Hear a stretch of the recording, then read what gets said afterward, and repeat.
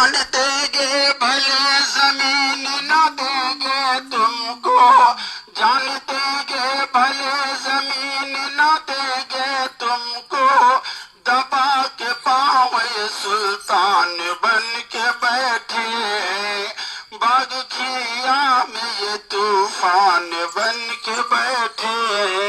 आइए राजेश आजाद जी।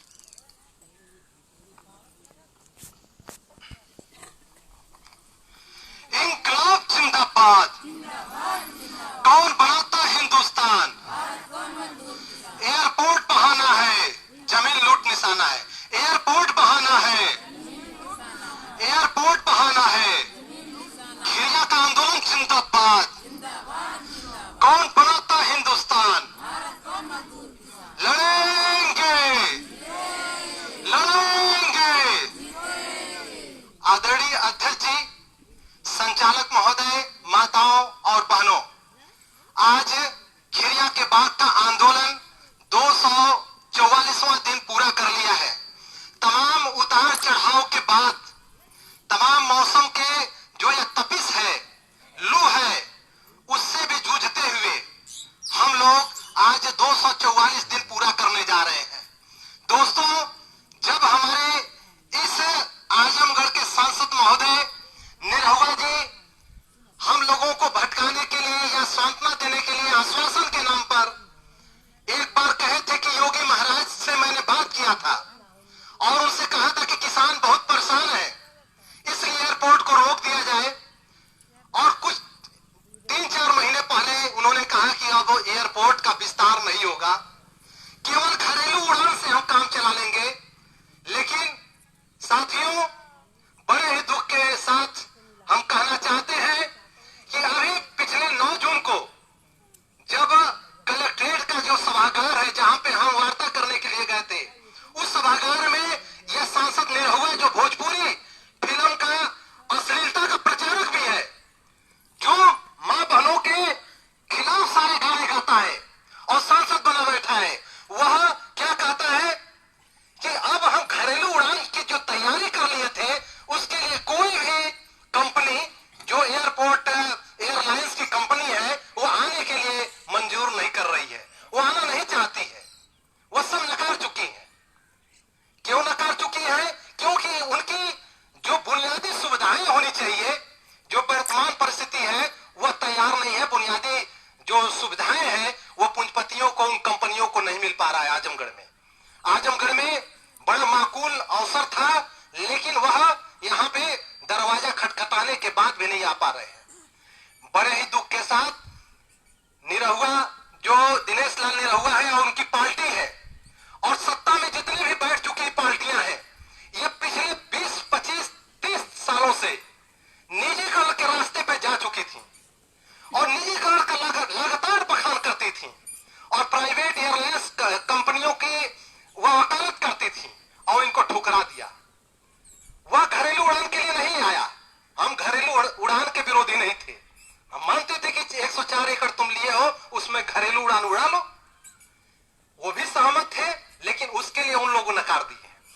अब उसके बाद ये कहे मीडिया के सामने कि कंपनियों की सुविधा के लिए एयरपोर्ट विस्तारीकरण जरूरी है, और इस एयरपोर्ट विस्तारीकरण कब होगा? जब 670 एकड़ जमीन ली जाएगी।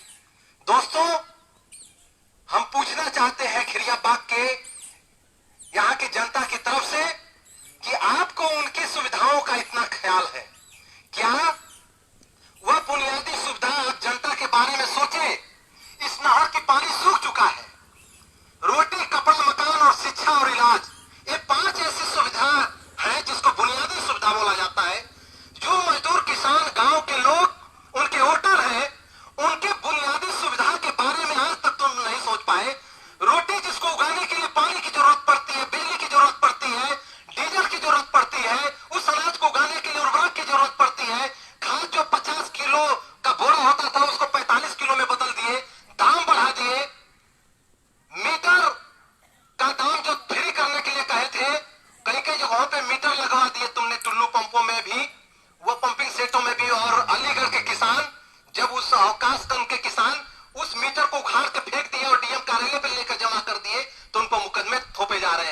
तो उस बुनियादी सुविधा को तुम कितना दिए, कितना ख्याल किए?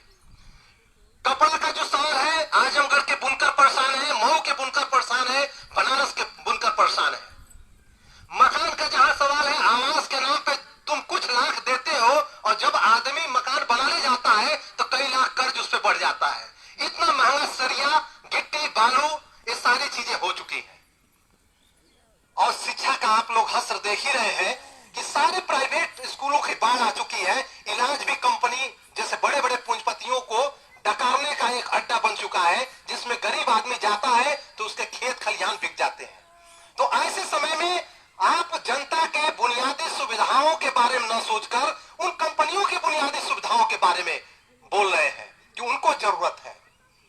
बड़े दुख के बाद यह कहना पड़ रहा है कि 11 जून को फिर यह आरएसएस, जो एक सांप्रदायिक फासिस्ट संगठन है, उस आरएसएस के कार्यक्रम में जाके आप बोल रहे हैं कि जनता को समझना पड़ेगा।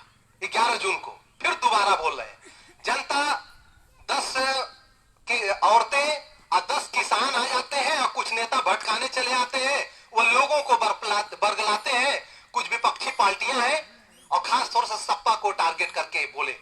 लेकिन दोस्तों, उनको शर्म आनी चाहिए कि यह जनता का आंदोलन है। 8-9 गांव की जनता आती है और आजमगढ़ के दूर दराज के गांव से भी लोग आते हैं और पूर्वी उत्तर प्रदेश के भी लोग आते हैं। वो पार्टी विशेष के न नेता होते हैं न जनता होती है। यह जमीन बचाने का सवाल है। यह जमीन हमारी मातृभूमि क्यों है? क्योंकि यह हमारे अस्तित्व से जुड़ा है, हमारे आजीविका से जुड़ा है। यह जमीन हमारी हैसियत से भी जुड़ा हुआ है, वो चाहे 1 बिस्वा जमीन हो चाहे 10 बीघा जमीन हो। लेकिन इस जमीन की आजीविका को, अस्तित्व को ये छीनने वाले लोग उसको एक टुकड़ा समझते हैं कि सर्किल के 4 गुना रेट पर इनको हम पैसा दे देंगे और ये जमीन दे देंगे। ये भूल जाओ हमारे संसद महोदय और शासन प्रशासन के लोग कि यहाँ के लोग बिकाऊ नहीं है, क्योंकि इस आंदोलन की अगुवाई महिलाएं कर रही हैं, मेहनत कश मजदूर किसान कर रहे हैं, जो पीढ़ियों दर पीढ़ी से इस जमीन को सुरक्षित किए हैं, हरा भरा किए हैं और सुंदर बनाए हैं।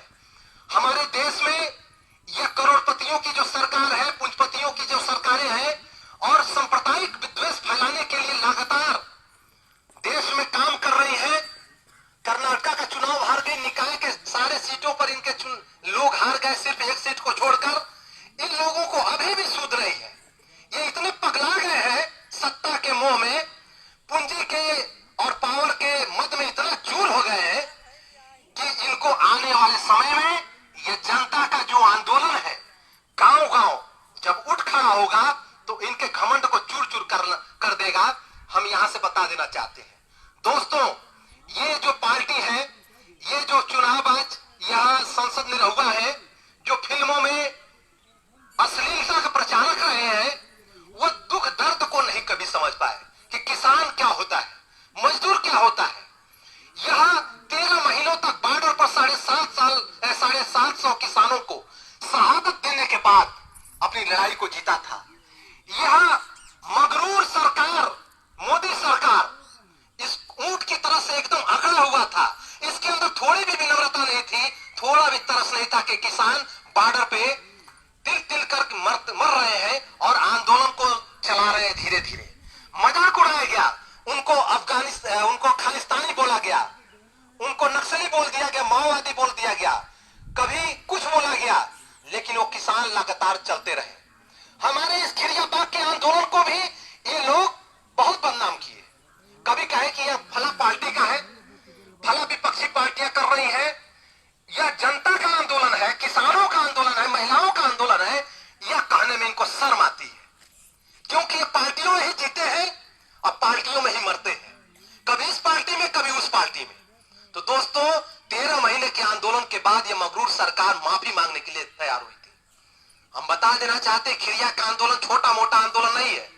यह देखने में आपको 10 दिखता हो या 50 दिखता हो या 100 दिखता हो या कुछ ना दिखता हो, लेकिन इस आंदोलन के अंदर जो गर्मी है, वह आंदोलन आपको आगोश में ले लेगा एक दिन और वो सत्ता से उठाकर और इस तरह से फेंकेगा कि जिंदगी भर याद करेंगे। हमारे दोस्तों, यह खिरिया की लड़ाई को हमको लगातार रखना है, इनके बहकावे में नहीं आना है।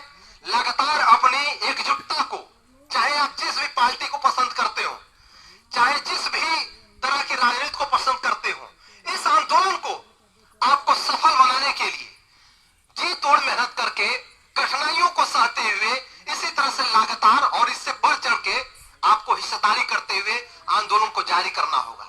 और हम गुजारिश करते हैं कि यहाँ की जनता धीरे धीरे ये न्योताकारी आपका समाप्त हो जा रहा है, तो 10-15 दिनों बाद नोटिस देके फिर आजमगढ़ के कार्यालय पर डीएम तक धरना देने के लिए आप जाएं, या विभिन्न कार्यक्रमों के जरिए उनके छाती पर चढ़कर आप प्रदर्शन करें। हम चाहते हैं कि इस देश की जो सरकार सत्ता में मगरूर हो गई है, केवल पुलिस के घमंड पर वह पुलिस की ताकत पर भरोसा कर रही है। आज अभी हमारे बीच में संयुक्त किसान मोर्चा के लोग कल जब प्रदर्शन कर रहे थे तो इस बात के लिए कर रहे थे कि सूरजमुखी का जो एमएसपी है, जो सरकार वादा की थी झूठ बोलते हुए, सूरजमुखी 4000 रुपए कुंटल के हिसाब से एमएसपी तय किया है, और किसान कह रहे हैं कि 6500 हमारा आता है। और इसके लिए जब हरियाणा में प्रदर्शन कर रहे थे तो गुरनाम सिंह चरोनी जो यहाँ पे आ चुके हैं, ऐसे नेताओं सहित ढेर सारे किसानों को पुलिस लाठीचार्ज करके गिरफ्तार किया गया। इसी तरह से ग्रेटर नोएडा में जमीन हड़पा जा रहा है। उस जमीन हड़पने के खिलाफ वहां पे जब लोग आंदोलन कर रहे थे, किसान सभा के लोग को वहां अरेस्ट किया गया, लाठीचार्ज हुआ। इसी तरह से मोहर सराय जो बनारस में पड़ता है, वहां पर बुलडोजर चला और औरतें और पुरुष गांव के वहां लड़ पड़े और बुलडोजर को अंत में वापस किए, लेकिन पुलिस लाठीचार्ज की। यह ऐसी बेशर्म सरकार है। अभी लखीमपुर खीरी में 400 एकड़ जमीन पर पट्टा था। यहाँ के पूर्विया लोग, जिसमें आजमगढ़, मऊ, देवरिया और बलिया के लोग जाके लखीमपुर में बसे हुए हैं, लगभग 4-5 पुश्तों से वो बसे हुए हैं, उनके पूरे पट्टे को खारिज कर दिया गया है। और सरकार कह रही है कि यह जमीन अब सरकारी है, यह वन का है, आप इस जमीन को, खेत खलियान को, गांव को छोड़ दीजिए, आप कहीं और चले जाइए, और यह अब हमारी हो गई है। यानी कि सरकार की जो गिद्ध दृष्टि है वह हमारी जमीन, हमारी खेती, हमारे खलिहान, ये सारी चीजों पे पड़ा हुआ है, और उसको यह मुनाफे का केंद्र बनाना चाहते हैं, पूंजीपतियों के चारागाह बनाना चाहते हैं। और यह कदम हम इनको आगे नहीं बढ़ाने देंगे। इसके लिए हम भी लड़ रहे हैं। खिरियाबाग का आंदोलन है, तो बनारस का आंदोलन है, चंदौली का आंदोलन है, कहीं लखीमपुर खीरी का आंदोलन है, ग्रेटर नोएडा का आंदोलन है, और सारी जगहों पे पुलिस लाठीचार्ज लगभग हुआ है, पुलिस से हाथापाई हुई है। ये सारे आंदोलन मिलकर यह सत्तासीन मगरूर सरकार को एक दिन आने वाले इस 2024 में धूल चटाएंगे। इसी के साथ इंकलाब जिंदाबाद।